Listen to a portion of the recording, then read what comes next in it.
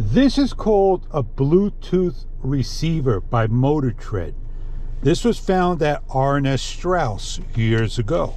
It cost about $15. Long press it to go on. You're going to have a red and blue light, and on here, when it finds the device, it's going to say BT. BT receiver. It'd take another couple of seconds because Bluetooth is being acknowledged.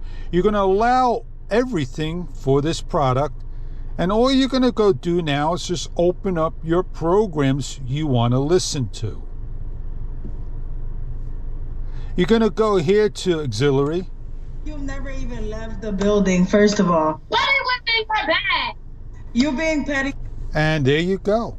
I don't want to go any further than that, but you get the idea. This is not an FM module. This is a Bluetooth receiver. So whatever the quality of your smartphone wirelessly to your receiver, the head unit, you're going to get the best sound of all three devices.